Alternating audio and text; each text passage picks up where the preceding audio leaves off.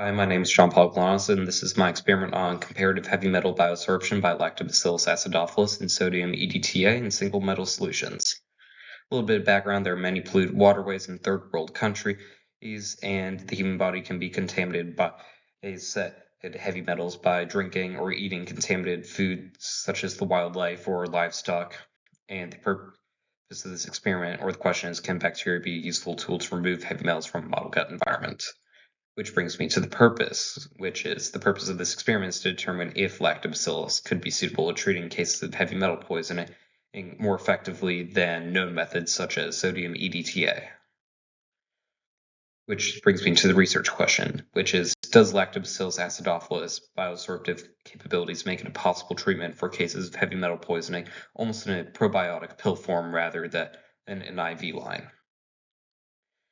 My hypothesis is that live Lactobacillus acidophilus may show higher or different removal efficiencies in multi-metal solution, and is probably due to active bioaccumulation and metabolic processes. However, the dead biomass could have been more highly efficient for biosorption. However, I was not able to test that because I would not have been able to test the outcomes properly. These two sources talked about the bioremediation abilities and the benefits of using bacteria to clean up waterways rather than chemicals or other ways, because bacteria are cheap and it wouldn't cause so much damage to the environment, and rather than filtering the water.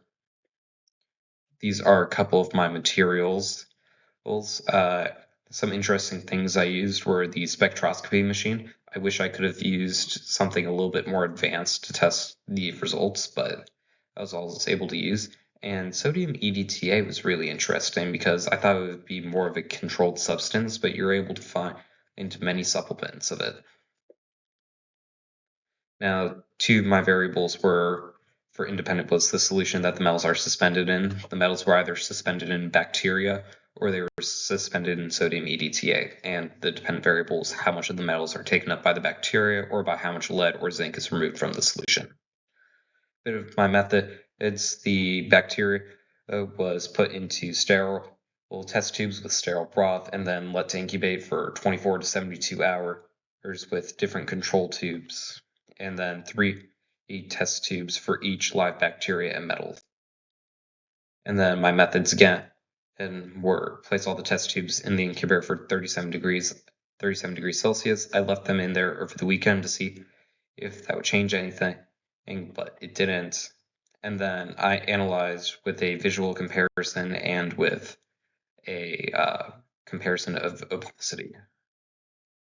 Cleanup, I of course put the bacteria and the biohazardous waste into a bleach bath for 24 hours and then put them in the biohazard bin. Normal cleanup procedures for everything else. The glassware was all cleaned really well. The fume hood was cleaned with ethanol, and the zinc and lead were put into the hazardous waste bin. Data collection, I was collecting the data by measuring the opacity of the solutions before and after 72 hours or the weekend. And I also measured the weight of the zinc before and after it sat for 72 hours. Analysis, I of course analyzed the data by comparing opacity from the start to the end of the experiment. And these are my results. There was basically no change in them because they were both clear. Opacity wasn't the best way to measure. The conclusion, sodium EDTA did remove more substances than the bacteria Lactobacillus did, but the proven substance was able to take up more metals than the bacteria was from the environment, meaning it would be easier for the body to dispose of the foreign materials either through the kidneys or through the digestive system. And this demonstrates that current strains of lactobacillus would not be as effective as treatment options for certain types of heavy metal poisoning, just the zinc and lead for now. The implications of this research is that Lactobacillus acidophilus is now known to be less effective than sodium EDTA in being a cure for heavy metal poisoning.